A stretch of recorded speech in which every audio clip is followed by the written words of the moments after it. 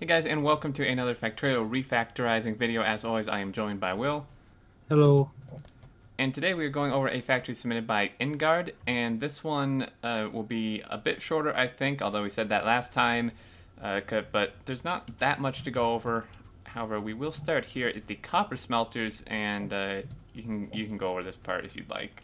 Okay, so the first thing I noticed is there's a rebalancer on the end of it, but this type of build where it's perfectly even on both sides with the same ore input and everything doesn't actually need a balancer on the way out, so you can just run it straight out of the smelter. Thank you, autosave. There we go. Straight out, doesn't need rebalancing. The next thing is these inserters on the, I think it's the last three, can never actually output when the belt's like this, because there is gaps, but the inserters can never place on it. The way we get around that is with the underground belt trick. So we just put it underground belt like this, and then they're able to output onto an underground belt. Little hacky, but works extremely well. You could do this all the way up. I do because I have OCD, but you only need to do it for where they can't output. And see, now we're getting a full red belt out, fully compressed, which will help further down the line. Mm-hmm. Yeah, quite a bit. Yep. Next thing I noticed, I guess, is what we call fake main bus. One splits into four. It's just not needed. One down there would be fine, but it's the popular trend at the moment. Yeah, now this one isn't quite as bad because it is going from a red to yellow. Red is twice as much throughput or speed as yellow. So it's not quite as bad, but it is still fake because obviously we have 4 yellows coming from 1 red. But this is like a step up from the 1 yellow to 4 yellows. But then this one is 4 yellow, which is 2 reds, and there's only 1 red. Yeah. So we've already explained this. No need going over it again. We've explained it in most of the videos, probably. It is the trend. Where do you want to go next? Labs? Yeah, labs. So we got some loopy labs. Loopy labs. Don't see loopy labs as often as you used to. No, which is good. Now these are not rainbow belt labs, which is good because those, in my opinion, are like the worst. But because he has his signs just one side of the belt and then another type on the other side rather than mixing them. But the loop is just, I wouldn't say it hurts necessarily, but it's just unneeded and messy and takes more space. Causes this. I mean, I can see he's had trouble getting this to work because he's got these 2 labs that he wants over here instead of where he intended them, which was here and here, because he's got all of this. Mm-hmm. So I think I figured out how I can fix it. So all I'm going to do is just take off this. If bots, do we have bots? Just take out that bit. What I'm going to do is get the red to come down here, meet with the green in what we call a T-join. Mm-hmm. Also going to just get rid of this. Also, I've noticed it's buffering science. Not much need for that. No, I mean it's one of the things that's probably not as bad to buffer compared to like plates, but as you said, it's really not needed. Your belts pretty much are a buffer. Yeah. So yeah. So I'm going to need to reverse that. So I'm going to split here so the red and greens can go down either column. Just needs to be removed. You're going to do the same with blue and purple. I should also note that in the purple science packs, he's using speed modules. You'd be better off to use productivity modules because you get more pots per goop, which is less biter hunting. Although if you're watching this and version 15's out, that probably won't be relevant because there'll be a new recipe. Yeah. So is your plan to run the red and purple like straight down? Yeah. I'll split there. I already split, but okay, that works. Split. You keep it as one for as long as possible. Last belt. Yeah. And then we just reverse the flow of the belt, so which it's is nice running and easy. down. Yep. And we'll get rid of this loop. I think the bot should be able to do that. And I'll do the same over here. That's already the right. Oh, they're already the right way. Perfect. Yep. And then we just get rid of this. I'm faster than the bots. Yep. But you can deconstruct it and let them get on with it. I just need to put some inserters down think you actually got the inserters. No, I don't have any. No, the bots out. You lost them. Hold on. I can make some more. I can fix this. You can fix this. I got you. That. And then a power pole. I'm not sure on the power pole OCD, but I think it's that. There we go. Yep, this is We've done cleaner, smaller. Yeah. I'll do a research with a proof of concept. Yep, and this is a lot of labs. This is going actually pretty quick. Oh yeah. This Look at it go. Yeah, this is a lot of labs. Now he does have quite a bit of pack assemblers, not quite the right ratio. He has 15 red, 15 green. Green should actually be, if you're following the 5, 6, 12 base rate ratio, that's pretty standard. It would be 15, 18. And then blues, he has like 19 or something. But that would actually need to be like 36 because if these are multiplied by 3, this needs to multiply by 3. 3 times 12 is 36. But, you know, not too bad. I mean, worker speed 5, that's the last one, and this is actually cranking along pretty good. Yeah. Once these belts do empty out, this would actually be insufficient amounts, probably. But another one of these things, I'll get rid of this. One of these balancers. I know the pots only come out on one side, but they're merged anyway. Yeah. So it's kind of silly to have it one side and then put double side, and then it's just going back to one side again. Yeah. Sorry, there was a kink. Yep, no worries. So yeah, that takes care of that bit. Yeah. I noticed over here. I mean, there's nothing wrong with it as such. It's just I just get the feeling he's run out of room. Because if you look on the main bus, you've got your 4 iron, nice space, copper, circuits, steel, red circuits, and then everything else just Yeah. just splat. So yeah, I feel you ran out of vertical space, which you'd probably realise the next time you'd give yourself more room. Although if you didn't use all these extra lanes that are not needed, you could fit it in nice and easy. Yeah, and I've just noticed one little thing. It doesn't hurt anything, but it's unnecessary. I'm not sure something was here, but he's brought the underground like all the way up to here and then curved it back when there's like absolutely no reason to do any of that. Mm-hmm. You could literally just, yeah. There may have been something there, so who knows? Yeah. But that works. Yeah. What else I spotted? So here on the red circuits, he has gone from one side because it only outputs on the right to the left. Technically, you don't need to do that, although even I would do it because I think it looks nice, and you are keeping 2 lanes, unlike the blue pots where you're going back to 1, so it doesn't matter. But then over here with the batteries, he's got the same thing, but then he does do the old favourite rebalancer.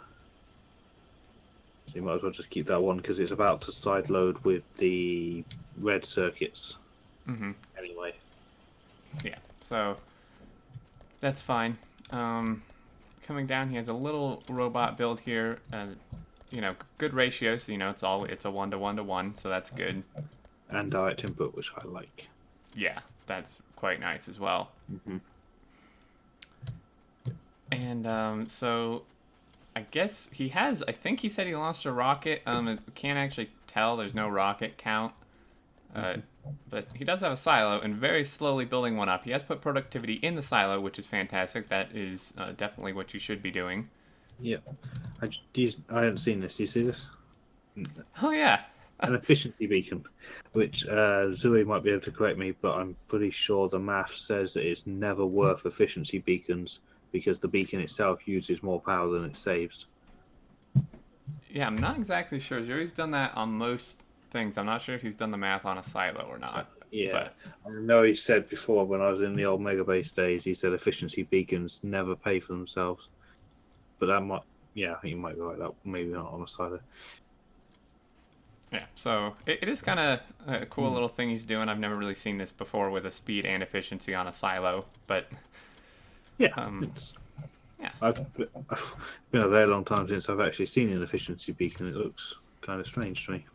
Yeah, it does.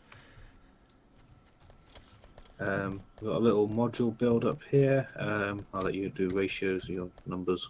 Yep. Well, I mean, we went over this last video, so I'm not going to go super in depth again. But this is not quite correct. The speed one is good. It's 4 to 2 to 1. That's good.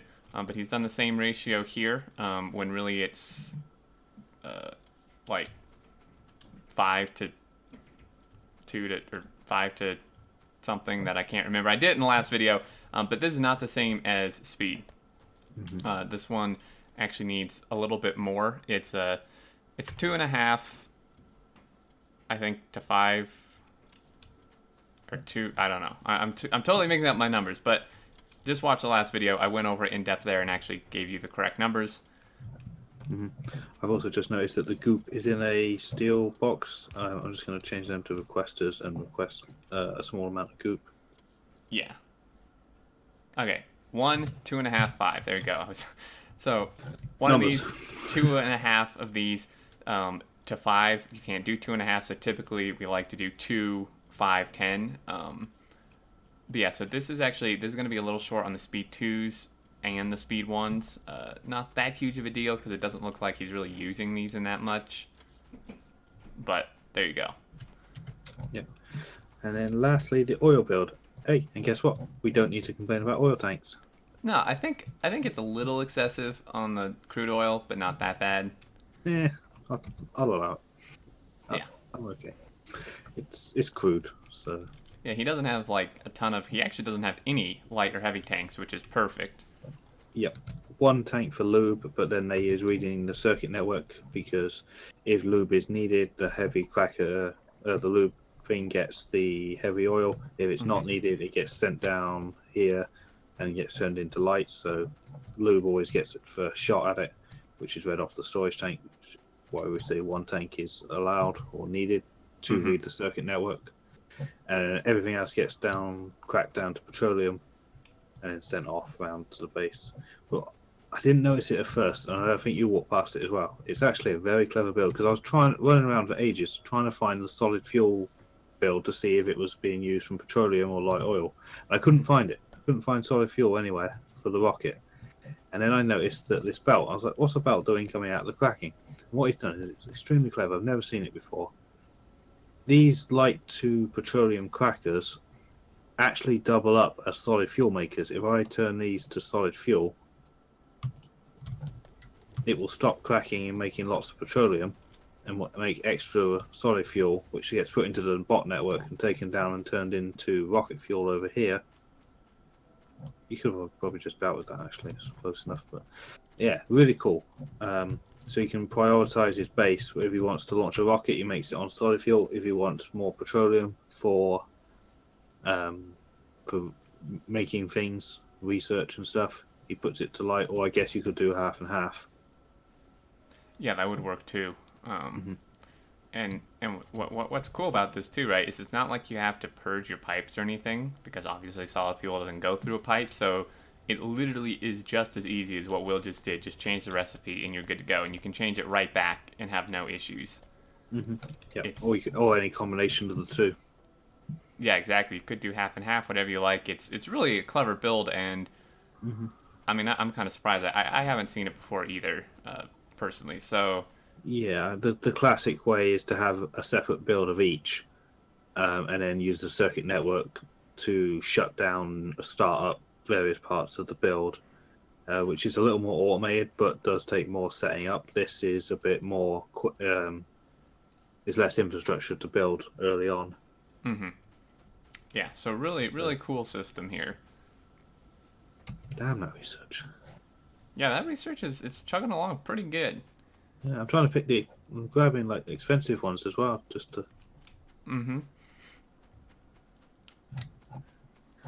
So the power is good. He's done it a little bit interesting. It does appear to be the correct ratio: 1 pump, 14 boilers, and 10 engines ish. These I've not been up here. are 10. He's put this here, I guess, obviously to walk through. These are incomplete, so I guess maybe he just planned this for maybe expansion in the future. We do have complete sets here, I think, although that doesn't look like, is that 10? right above you. 2, 4, Yep. 6. Oh, okay. Yeah. So, two different builds. This one clearly takes more space, but Hmm. it does Yeah. have I think this is Zuri's solar layout, isn't it? Mark 3, Uh, or very similar. no, it's not quite Zoe. Zoe's accumulators in the middle are more OCD friendly. Okay, but it's And very similar. yeah. Oh, my OCD's twitching. See how this one here, top left, the accumulators are on the top. This Yeah. one here, they're on the bottom. And then And then they're this one right on the and then right, and then the bottom. Yeah. yeah, it's a little OCD triggering, but Yeah. Also noteworthy that this is all reclaimed land. Without moved out into the lake. wow, that's a lot of landfill. Mm. Jeez, I did see a little landfill maker. Yeah. And I also picked this map just because it's a cool map. He has an island here with pretty much 2 entrances, because this island down to the north doesn't actually connect. But 2 entrances, he's walled them off, which is cool. Obviously, no trains yet. He has a massive abundance of resources on this island. Yeah, if I like this map C, but the resources are a little too OP for my liking. But it would be cool to have a pretty serious base on this island, and then outposts out, and everything gets brought back here. That's cool. Yeah, that would be pretty awesome.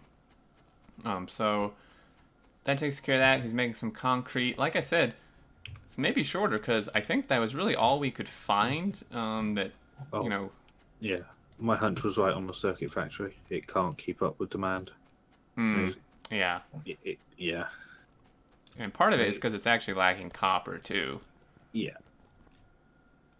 Let me just give it a full belt of copper for a minute and see if that helps. Because, yeah, you can see this is not even outputting a full red belt.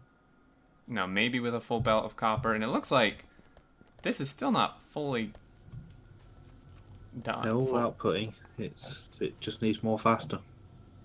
Well, part of it is this is actually slightly short of what you need to Yeah, it'd be compress a red 24 belt. and it's 20. Yeah, so it's 4 short. Yeah, so there you go. That's why we don't have full compression here, and that may mean that we don't actually have, because this is actually half, right? This is actually a yellow belt of copper going down each side, but it does look like it's backing up. So Yeah.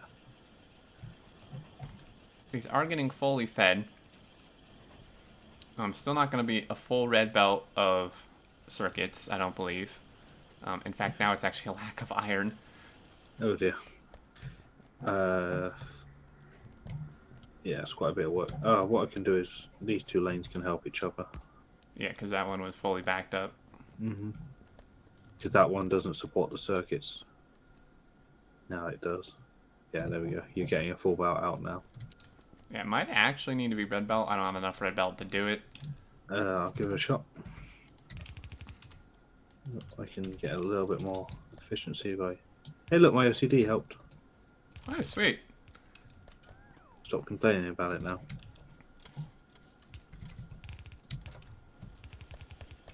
So that's all I got.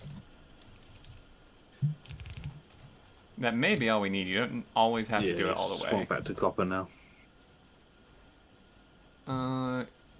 Yeah, so, this thing does need to be fed a bit more substantially.